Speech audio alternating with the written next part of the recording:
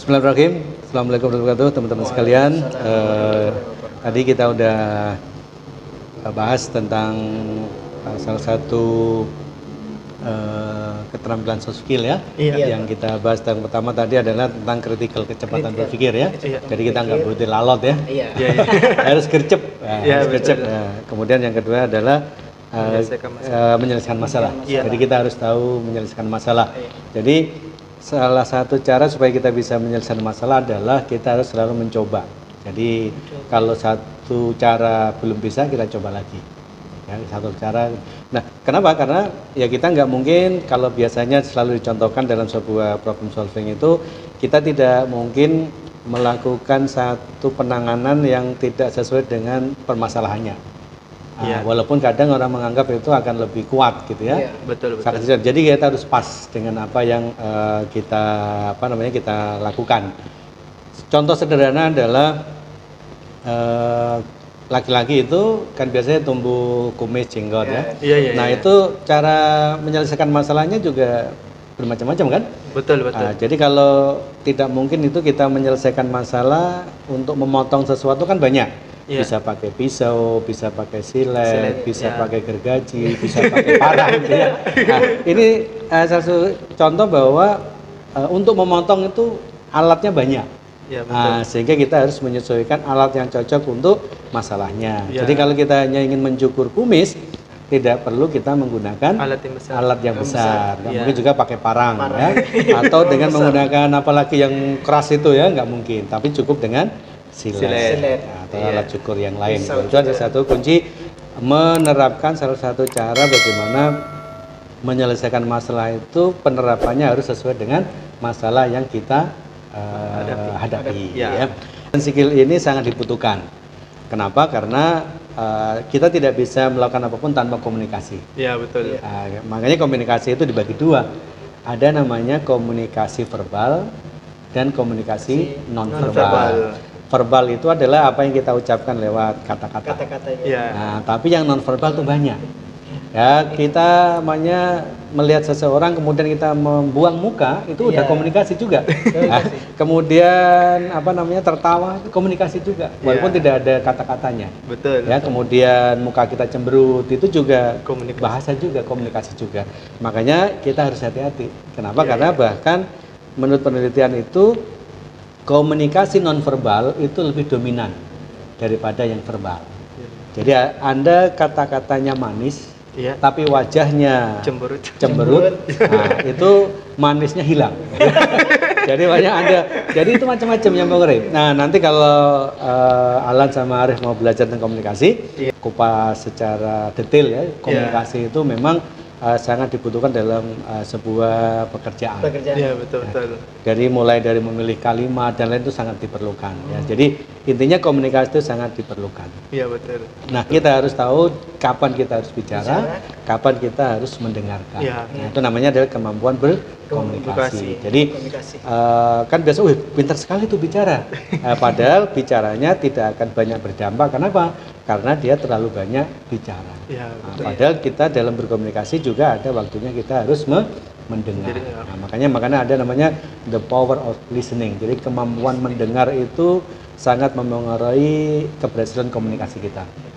Nah, di sesi ini teman-teman sekalian, untuk komunikasi saya akan sedikit kasih gambaran saja bahwa komunikasi itu paling tidak kita bisa memenuhi kriteria.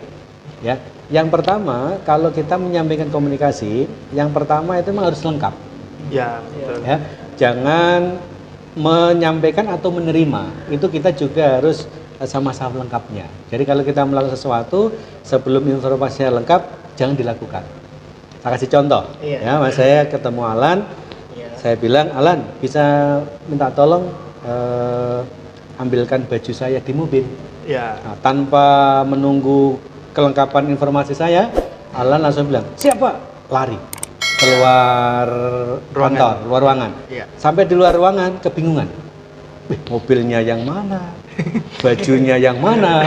Akhirnya balik lagi, Pak, mobilnya yang mana? Loh, itu makanya tunggu dulu, saya sampaikan dulu mana mobilnya ya. Kemudian setelah sampai dikasih mobilnya yang hitam itu yang nomornya bla bla bla gitu. Iya. Nah, itu juga masih perlu ditanya lagi bajunya yang kayak apa. Iya. Nah, makanya kita perlu namanya kelengkapan. Harus lengkap kalau kita menyampaikan informasi atau komunikasi. Iya. Salah satunya ada kelengkapan itu biasa kita kenal namanya 5W1H. Ya, 5W1H yaitu biasa kita kenalnya what, ada who, ada where, ada why ya. Kemudian ada when, kemudian ada juga namanya how. Nah, itu biasa kita kenal itu. Saya kasih contoh. Tiba-tiba pagi-pagi si Alan Arif ketemu dengan saya, terus Anda menyampaikan informasi ke saya, "Wih Pak Ali, tadi ada kecelakaan." Iya. Nah, kemudian karena saya pengen tahu lagi, saya tanya, "Di mana?" Iya. "Wah, enggak tahu ya Pak." Nah, berarti ada ketidaklengkapan informasi yang Anda miliki. Iya. Mestinya Anda harus menjawab, "Oh, di jalan ini Pak." Kemudian saya tanya lagi, "Siapakah yang jatuh?" "Wah, enggak tahu juga Pak." Nah, berarti nggak lengkap lagi juga. Kenapa tidak ada siapa yang jatuh? Belum jelas. Belum jelas. Jadi makanya kekacauan di sekitar kita itu sering terjadi gara-gara kurang lengkapnya informasi. Makanya kita harus hati-hati ketika kita menyampaikan sesuatu. Salah satunya adalah harus lengkap. Nah, jadi harus, umumnya kalau kira-kira tadi kalau menyampaikan informasi kecelakaan kayak gitu, yang lengkap kayak apa Alan? Coba, bisa nggak kira-kira? Bisa. Kayak lokasinya itu di mana? Lokasi di mana? Nah, terus yang kecelakaan itu siapa? Umurnya gitu ya? Apakah itu kendaraan mobil atau motor? Ya, jadi harus jelas ya. Nah, kemudian juga kapan? Nah, jadi tadi pagi Pak. Tadi pagi saja harus jelas jam berapa. Karena pagi itu juga rentang waktunya panjang juga, ya kan? Antara jam 00 sampai jam 10 mungkin masih bisa bilang pagi. Ya, makanya kita harus lengkapi. Nah, jadi namanya itulah kemampuan kita dalam berkomunikasi. Tapi kalau lengkap, kemudian yang kedua adalah harus jelas. Ya, jelas artinya jelas itu jelas kosakatanya, jelas pengucapannya. Nah, itu harus benar-benar jelas. Jadi kalau kita maunya Z ya Z, kalau C ya C. Nah, jadi tidak boleh kita bikin-bikin berlebihan. Nah, kemudian yang berikutnya kita kenal namanya adalah concise. Concise itu ringan atau istilahnya jangan berbelit-belit. Ya, pada intinya saja. Pada intinya saja. Tapi juga jangan terlalu pendek juga, nggak bisa juga. Nanti terlalu pendek juga kurang bagus ya, karena dalam komunikasi itu biasanya kita kenal ya kalau kita menyampaikan sesuatu terlalu pendek juga nggak bagus. Nah, makanya dalam komunikasi itu kita kenal namanya ritme. Atau biasa kita kenal namanya siklus atau urut-urutan. Iya, betul. Nah, jadi nggak mungkin dong Alan sama Arif datang ke rumah saya maunya mohon maaf minta sumbangan ada kegiatan kampus minta sumbangan ke saya. Assalamualaikum Pak Ali. Waalaikumsalam. Pak, mau Kak minta sumbangan? Nah, itu kependekan gitu. Kependekan. Diawali dulu, makanya dalam bahasa di komunikasi itu kita kenal ada pembukaan, pengantar, inti, terus nanti ada juga penutup. Jadi sekecil apapun harus ada pengantar. Nah, itu istilahnya orang bilang mungkin bukan basa-basi, tapi istilahnya lebih bagus kita kenal namanya pembuka ya. Jadi mungkin salam, tanya-tanya kabar, baru masuk di inti dari permasalahannya, apa yang disampaikan. Kan gitu juga kan. Penutup juga perlu juga. Nah, tiba-tiba Anda ketemu saya, mungkin si Alan ketemu saya di bandara gitu. "Weh Pak Ali, Assalamualaikum, waalaikumsalam. Mau kemana Pak?" "Oh, mau ke Jakarta." "Oh ya Pak. Tanpa aba-aba langsung hilang. Langsung lari. Berarti yang kurang adalah penutupnya. Paling tidak harus pamit. "Oh ya Pak Ali, pamit, saya duluan ya." Berarti udah close, lengkap. Ada pembuka, ada inti, ada penutup. Nah, dalam sebuah komunikasi diperlukan. Nah, seringkali makanya kita selalu kenal namanya miskomunikasi. Ya, miskomunikasi itu sering kita dapatkan baik antara bawahan dengan atasan itu sering terjadi gara-gara pemilihan kata, kemudian juga intonasi juga sangat berpengaruh. Nanti kita banyak diskusi tentang itu ya di sesi lain. Nah, ini hanya pengantar bahwa komunikasi itu sangat penting dalam pekerjaan yang kita kenal namanya soft skill kita. Salah satunya adalah kemampuan berkomunikasi. Ya. Kemudian juga biasa kita kenal dalam komunikasi ya sebagai pengantar itu adalah korek. Korek itu harus benar. Nah, jadi kita disarankan ya itu tidak menyampaikan sesuatu sebelum benar-benar dicek kebenarannya, ya kan? Jangan asal. Sekarang apa istilahnya kalau berita-berita bohong tuh? Hoax. Nah, jadi hoax. Jadi kita harus yakini juga bahwa ada juga namanya berita-berita yang hoax. Nah, jadi hoax itu ya berita bohong. Iya. Jadi belum difahami dengan benar langsung di-share aja ya. Apalagi di zaman medsos kali ini itu sangat dibutuhkan ya. Teman-teman sekalian harus dicermati informasi itu kira-kira benar atau tidak. Nah, itu namanya kita harus tahu bahwa komunikasi itu sangat berpengaruh pada keterampilan kita di pekerjaan. Iya, betul. Nah, setelah komunikasi itu kita kenal namanya kreativitas. Kreatif. Kreatif itu kalau dalam bahasa sederhananya adalah ya selalu ada solusi. Ada solusi ya, ada solusi. Tadi saya contohkan kalau maunya kita mau bekerja, tiba-tiba dulu saya kurang tahu Anda mengalami atau tidak ya. Dulu kalau saya mau sekolah, ternyata ikat pinggang saya itu hilang atau tidak tahu mana tempatnya. Itu salah satu cara yang paling mudah kan supaya kita bisa berangkat dan celana kita juga nggak melorot, ya cari ada tali rapia atau digulung-gulung, akhirnya berangkat. Jadi itu juga salah satu kreativitas. Kenapa kalau tidak kreatif pasti tidak menemukan cara. Nah, gitu ya. Jadi harus kreatif. Apa kira-kira? Oh, saya harus begini itu ada satu kreativitas. Ya, itu sangat dibutuhkan dalam sebuah proses pekerjaan. Kalau Anda mau memotong ternyata nggak ada gunting, ya Anda harus cari gimana caranya supaya bisa tetap terpotong. Nah, kan banyak. Oh, harus pakai apa mungkin cutter kah, atau mungkin bisa menggunakan silet dan lain-lain. Intinya adalah Anda harus kreatif. Itu sebuah kreativitas. Nah, makanya kreativitas seseorang itu biasanya ditentukan dari seberapa sering orang ini melakukan uji coba.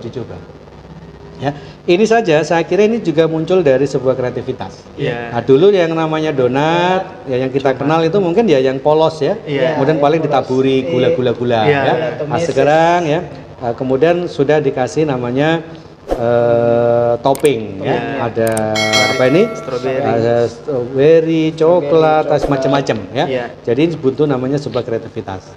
Nah, kemudian juga ini namanya kopi ya. Kopi juga ini sekarang juga sudah mulai kreatif ya. Kalau dulu minum kopi itu kan ya harus panas, nah, harus hangat, harus ditaruh di cangkir ya, supaya nyaman. Akhirnya sekarang supaya mudah dibawa-bawa ya, inilah kemasannya ditemukanlah namanya kreativitas. Ya. Hidup itu harus selalu kreatif. Kalau tidak kreatif ya kita akan tertinggal.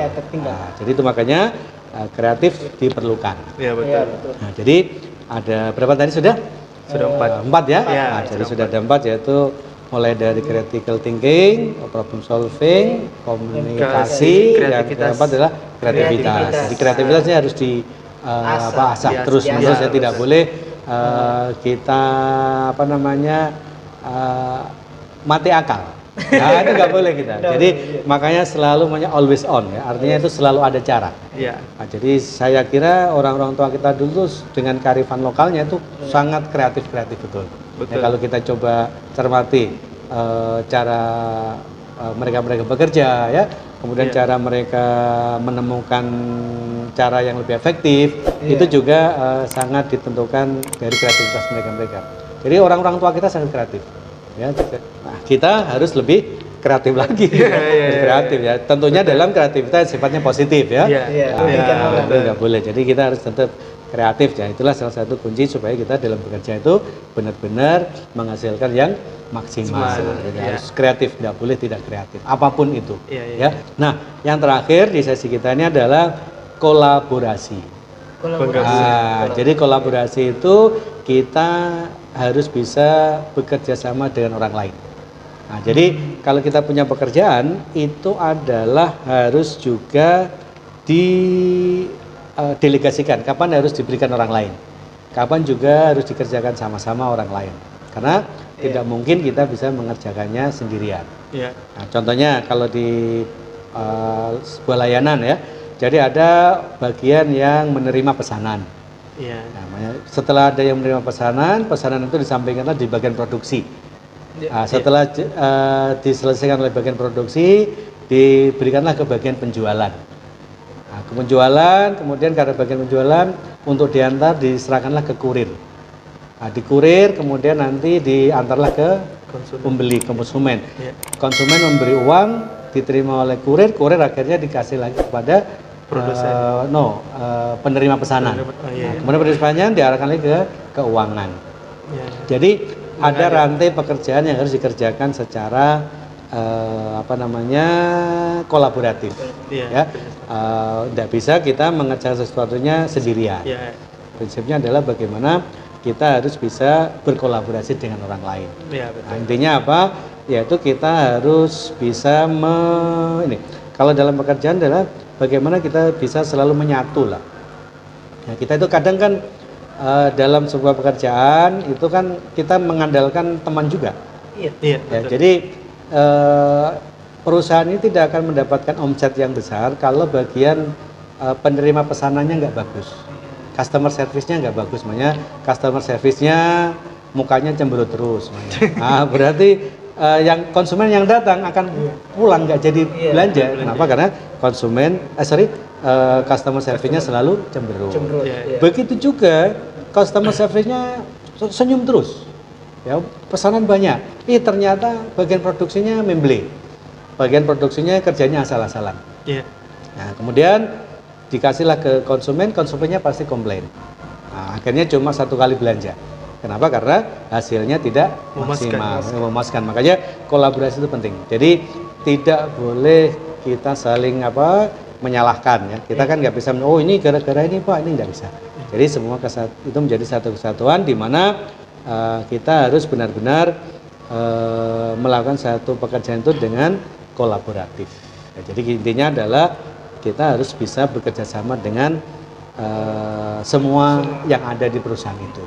Tidak bisa ada yang dominan, ada yang ogah-ogahan.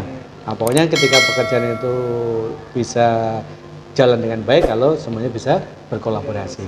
Nah, kemudian kalau mencari yang penting, semuanya penting. Gitu kan? Betul. Nah, saya kasih contoh, Alan. Kalau motor, Anda kan punya motor ya? Itu yang paling penting apanya? Menurut Anda, motor itu yang paling penting apanya? Mesinnya. Betul? Betul. Nah, kalau bannya bocor, bisa nggak jalan? Nggak bisa. Nggak bisa. Nah, berarti kalau begitu tidak hanya mesin yang penting, ban juga penting. Betul. Nah, jadi makanya, mesinnya apa? Ya kalau mesinnya ada, nggak ada bensinnya, jalan nggak juga. Nah, akhirnya, jadi kita, ternyata semuanya penting. Nah, sekecil apapun pasti punya peran. Nah, sama juga kalau kita dalam sebuah perusahaan. Nah, jadi makanya saya tanya, biasa kalau di pelatihan-pelatihan, saya kasih gambar motor, coba tebak, bagian mana dari motor ini yang Anda anggap penting? Rata-rata, mesinnya Pak. Terus saya tanya, kalau ada bensinnya jalan enggak? Enggak bisa Pak. Nah, berarti ternyata tidak hanya mesin yang penting, bensin juga penting. Nah, ada mesin, ada bensin, ternyata banyak bocor, ternyata juga tidak bisa jalan. Nah, semuanya bagus, tidak ada remnya. Kira-kira bisa nggak jalan? Bisa tapi pelan. Nah, makanya kalau saya tanya, rem itu untuk melambatkan kendaraan atau untuk mempercepat kendaraan? Memperlambat. Memperlambat atau mempercepat? Memperlambat. Betul? Saya kasih contoh ya. Kalau Anda punya motor, remnya bagus, dengan remnya tidak bagus, cepat mana sampai? Rem tidak bagus. Rem tidak bagus. Betul? Makanya remnya tidak bagus, mungkin blong lah. Kira-kira Anda lebih cepat sampai di tujuan atau tambah lambat? Lebih cepat sampai. Hah? Lebih cepat sampai. Betul? Betul. Betul. Iya. Anda bisa yakin bahwa kalau Anda gini, kalau Anda punya kendaraan, remnya bagus, itu Anda berani jalan 100 km per jam. Kalau remnya bagus, berani 100 km per jam. Berani. Tapi kalau remnya tidak bagus, berani nggak 100 km per jam? Enggak. Hati-hati. Nggak berani. Nah, berarti lebih lambat. Iya sih, betul. Ya kan? Betul. Jadi ternyata fungsi rem itu justru mempercepat. Ya. Iya, betul. Ya kan? Iya, betul. Nah, jadi kalau kita bandingin, kalau kita punya rem kendaraan kita bagus, pasti kita kencang lari.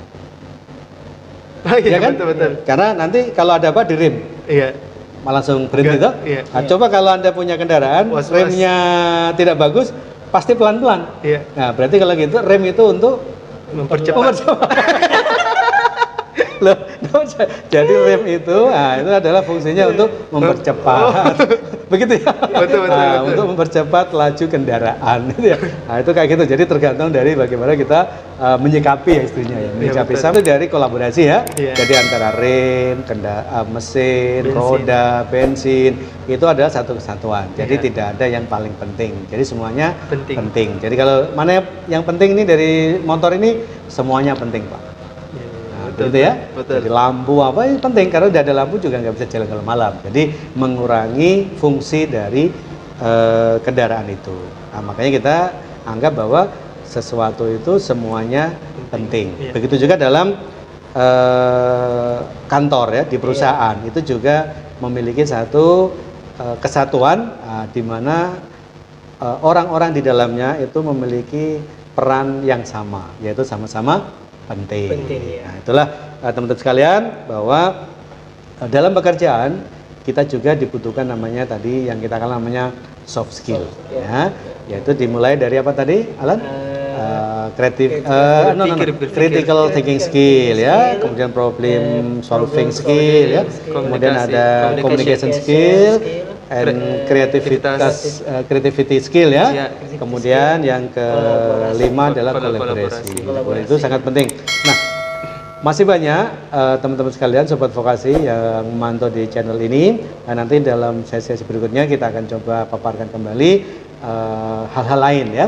Mungkin tentang leadership ya, mungkin tentang compassion, mungkin tentang juga fighting spirit ya. Semuanya itu sangat dibutuhkan dalam sebuah pekerjaan yang semuanya itu dipengaruhi oleh soft skill yang kita miliki. Nah, jadi makanya teman-teman sekalian kita pantau di channel kita yaitu Vokasi Kuat Menguatkan Indonesia. Bisa? Coba sama-sama ya. Vokasi Kuat Menguatkan Indonesia. Terima kasih, saya Ali. Assalamualaikum warahmatullahi wabarakatuh. Waalaikumsalam.